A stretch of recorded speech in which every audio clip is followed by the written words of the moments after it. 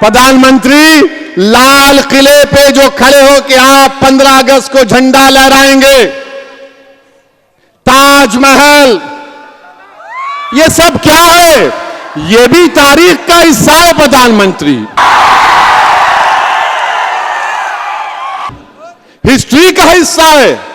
मगर जो 500 साल पहले हुआ, आप असदुद्दीन ओवैसी से पूछ रहे, तुम बोलो है? अरे भाई साहब, हम जो है बाबा आदम की औलाद हैं, हम बाबा आदम की औलाद हैं।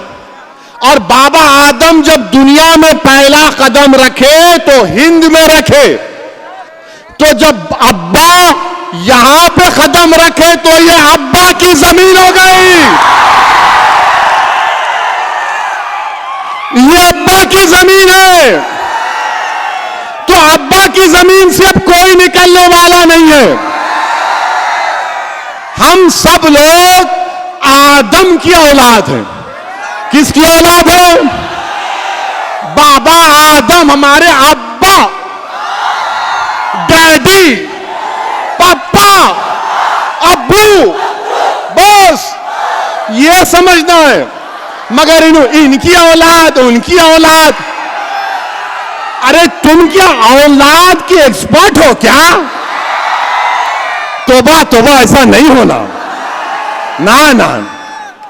अच्छा, अब आप इन्हें फोटो रखा तो भारत का जब कॉन्स्टिट्यूशन बना, भारत का जब आईन बाबा साहेब अंबेडकर बना दिए, उसकी पहली किताब में बाबा साहेब अंबेडकर ने पहली किताब बनाई। जितने कॉन्स्टिट्यूएंट असेंबली के लोग थे उन सब ने उस पर दस्तखत की, उस सब पर, सुनो भाई, उस सब पर उन्होंने साइन की। बड़े बड़े लोग जिन्होंने इस मुल्क को आईन दिया, जो कॉन्स्टिट्यूएंट असेंबली में जो लोग बैठे थे, उनका दिमाग, उनकी सोच, उनकी फिक्र, उनकी कुर्बानी नरेंद्र मोदी से बड़ी थी, हर एक से ओवैसी से बड़ी थी। उस पहली किताब में सबके फोटोज है, उसमें टीपू की भी फोटो है। आप निकाल दो उस फोटो को, आप निकालो ना उस फोटो को, दम है तो निकालो। उस पहली किताब जिसको हमारे कॉन्स्टिट्यूएंट असेंबली के 4 फादर्स ने साइन किया, फोटो निकालो। अकबर की फोटो, झांसी की रानी की फोटो, गुरु नानक की फोटो, राम सीता लक्ष्मण की फोटो, गौतम बुद्ध की फोटो, महावीर की फोटो। अरे यही तो भारत है। प्यारे, याद रखो मेरी इस बात को, जब तक तुम कमजोर और मजलूमों को साथ नहीं लोगे, तुम जुल्म का खात्मा नहीं कर पाओगे। ताकतवर लोग बैठकर एक ताकतवर को हराएंगे तो फिर कोई मजा नहीं है। अरे तुमको उसको साथ लेना पड़ेगा जिसके बेटे को मार मार कर, उसका वीडियो बनाकर उसका कत्ल कर दिया गया। तुमको उस मां को साथ लेना पड़ेगा जिसके बेटे को जिंदा जला दिया गया। तुमको उस परिवार को साथ लेना पड़ेगा जिसका बेटा, जिसका भाई 4-4 साल से जेल में सड़ रहा है। तुमको उसको अपने साथ लेना पड़ेगा जिसको मजहब के नाम पर दबाया और कुचला जाता है।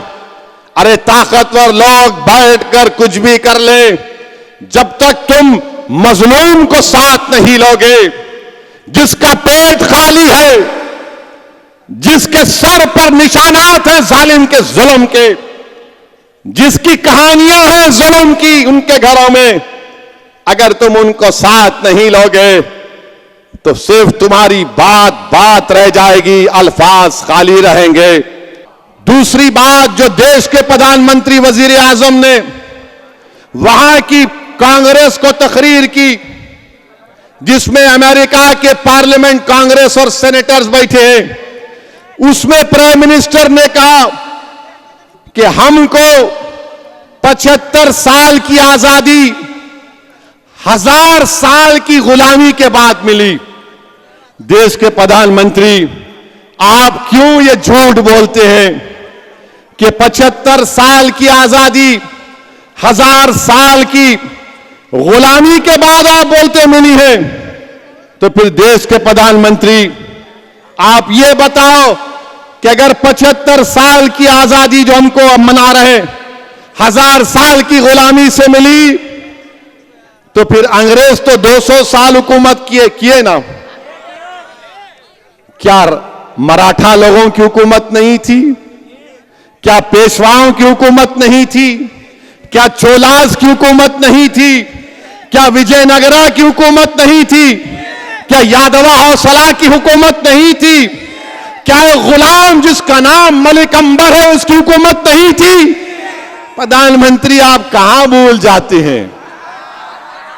आप खाली एक ही आंख से देखते, बस वो दिख गया, वो नहीं छे। मगर इनको 1000 साल में इनको विजयनगरा याद नहीं आता, चोलास याद नहीं आते। प्रधानमंत्री, और एक बात आपसे हम पूछना चाह रहे हैं। ये बराक ओबामा जानते? बराक ओबामा को अमेरिका के प्रेसिडेंट थे, उन्होंने दिल्ली को आए थे। हमारे प्राइम मिनिस्टर उनको अपनी हाथ से बड़ा नजाकत से चाय डाल के पिलाए थे, उन्होंने अपने इंटरव्यू में बोल दिए कि भारत में मुसलमानों पर जुल्म हो रहा है। और नरेंद्र मोदी क्या बोले थे उनके बारे में कि बराक, ऐसा ही कहा था, वीडियो देखो, मैं और बराक कैसी गुफ्तगू करे, तू तड़क की बात करते। प्रधानमंत्री, जब तू तड़क की बात कर रहे तो ये बराक ओबामा इस तरह की बात क्यों कर दिए? बहरहाल मेरे अजीज दोस्तों और बुजुर्गों, हमारे देश में ये जो फिरका परस्ती का जहर बढ़ रहा है, इसको रोकने की जरूरत है। मेरी आपसे गुजारिश है कि पुरअमन रहिए, मगर बुज़दिल मत रहिए। अमन को मजबूत करिए, मगर खौफ को करीब आने मत दो। अमन को मजबूत करो, मगर हालात से समझौता मत करो। अमन को मजबूत करो, मगर अपनी जमहूरी लड़ाई को जारी रखो। तुम्हारे करीब ना डर आना चाहिए, तुम्हारे करीब ना यह गैर यकीनी कैफियत आना चाहिए। हिम्मतों को बुलंद रखो। ये भारत हमारा है। हम यहां पर बाबा आदम के जमाने से रह रहे हैं, बाबा आदम के जमाने से रह रहे हैं और सुबह कयामत तक रहेंगे इंशाअल्लाह ताला।